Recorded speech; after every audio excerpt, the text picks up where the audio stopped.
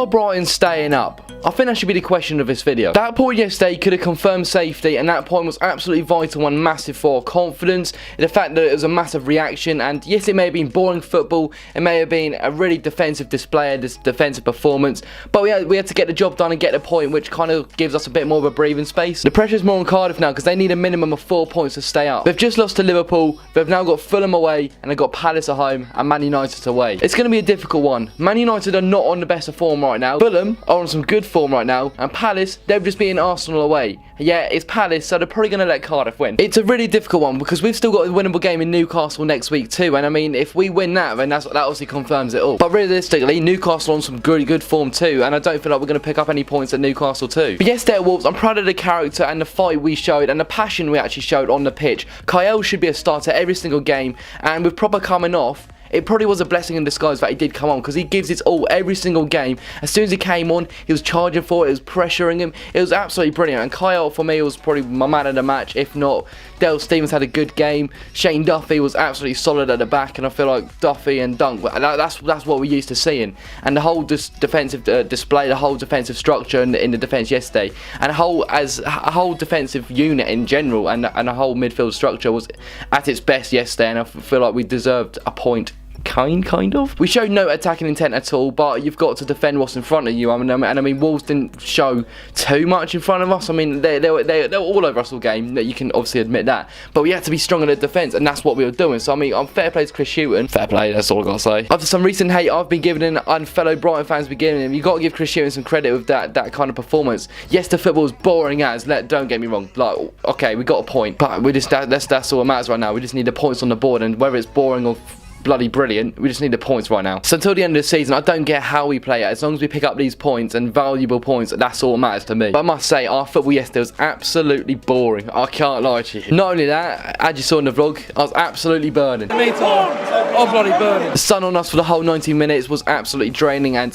Jesus Christ, I don't even know what to say. It was so hot. It was incredibly hot. What kind of stadium and club was set that away fans to be alongside the pitch? I have no idea, but it was...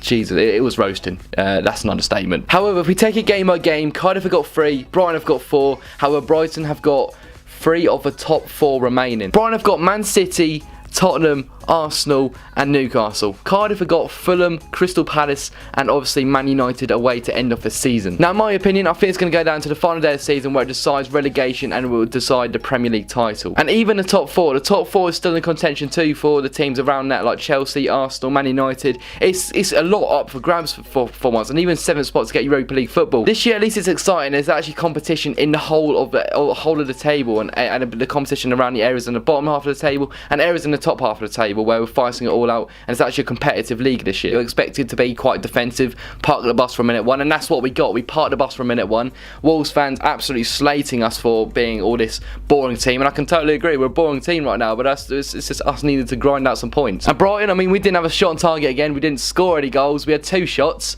both off target, so there goes that one. But next game is Tottenham away. Of course I'll be going, and my match preview will be out tomorrow. And obviously next Saturday Newcastle will be going to, and Arsenal and Man City. I'll be going to the rest of the games for the remainder of the season, so make sure you look out for the vlogs for them. And by the way, if I'm going to piss you off with a bit of a Korean title tomorrow or for the Tottenham vlog, then don't be surprised. I want views. Anyways, I want to know your thoughts on Brighton's performance against Wolves. I thought it was a good solid performance from the boys, and it was a good defensive display. Attacking wise, there's nothing to talk about. There's no attacking intent in that game whatsoever, but our plan was to defend the whole game and hopefully grind out a point, which we did successfully. So credit to Chris Hughton, credit to the team. We actually showed a bit of passion and a bit of fight in that game, which really does mean a lot to us Brighton fans. And as you saw at the end, roll the scenes.